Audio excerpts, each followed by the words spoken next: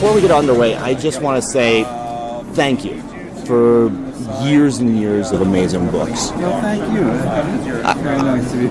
Myself, my brother, my mom, my dad, we all read Goosebump books together. Oh, yeah? It was something that was part of our life, part of growing up. We'd all get a copy of the new book and then just see who could finish the book first.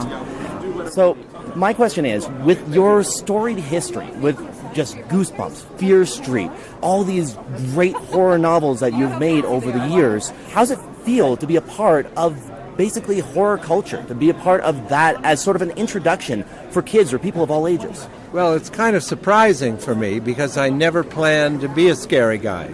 I never planned to do horror. I've always just wanted to be funny. And before I started writing scary novels, I wrote like 100 joke books for kids and 100 funny books. And I thought that's what I do. And then I wrote this teen novel, Blind Date, back in the 80s. And it was a #1 bestseller. And I thought, wait a minute, what's going on here? I found something kids really like. They like to be scared. So I've been scary ever since. But it always comes as a surprise to me. 22 years of Goosebumps? How did that happen? Really? Well, exactly, especially when you look at the fact that it had the entire run of the Goosebumps book series. It had the entire run of the Choose Your Own Adventure Goosebumps series, which I loved reading, by the way. And then we had the TV series as well. I remember watching that on YTV growing up. With the TV series, did you have much, creative input into how those stories would come about? Well, I was busy. I was writing a book a month. Mm-hmm. I was writing a Goosebumps book. I was doing 12 a year. So I didn't have any time to write scripts or anything.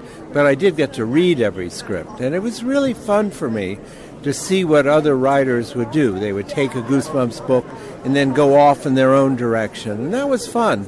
I enjoyed it. And I was very lucky with the Goosebumps TV show in that it was good. That doesn't happen all the time in television. And I thought it was a really good show. They're all on Netflix now, and if you watch them, they hold up pretty well. Special effects are pretty bad, but they hold up. Thank you for mentioning about writing a book a month, too, because that is tons of work to go into it, especially when you think about creating all the different characters, all the different monsters that go into it. How do you keep that sort of creative flow going? I have no idea, but it's what I've always done. I don't know, I'm just weird that way. I started when I was 9, and I'd be in my room typing. Why? Why did I think it was so interesting? And here I am, I'm still doing it. And I still look forward to getting up and sitting down 10 o'clock and doing my 2,000 words every day. It's sort of factory work for me. I do 2,000 words a day. And I still look forward to trying to think of good new titles, funny new titles and new stories and not repeat myself. And it's still a lot of fun for me. One of the iconic Goosebump books for basically, I think a lot of readers, and especially my family, was the Night of the Living Dummy books, the whole series of books that came out from that. How did you come up with Slappy? Well, ventriloquist dummies had been done, and there was, I'm trying to think of the name, there was a British trilogy of horror film done in the 1940s. Which I had seen, which had a ventriloquist and his dummy, and the dummy comes to life. So it had been done before. And I think that was in the back of my mind, and I wish I could remember the name of this movie. It was something like Dark at Night, Dark something. Anyway, it was this British film. But I'd always been fascinated with dolls and puppets. I had a lot of puppets when I was a kid.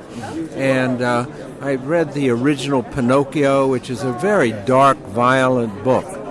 And Pinocchio falls asleep with his feet on the stove and burns his feet off. And that made like a big impression with me. So I'd always been very interested in dolls and that kind of thing. And that's basically how Slappy evolved. Dead of Night. That's the name of that movie. Dead of Night. Thank you very much, R.L. Stine, thank you so much. It was great talking to you. I really enjoyed it. Great talking to you as well. You excited for the movie? What? Are you excited for the upcoming movie? Jack Black is me. This is bizarre. He'll be funny. Thank you very much. You're listening to Game On. By the way, you just lost the game. Man!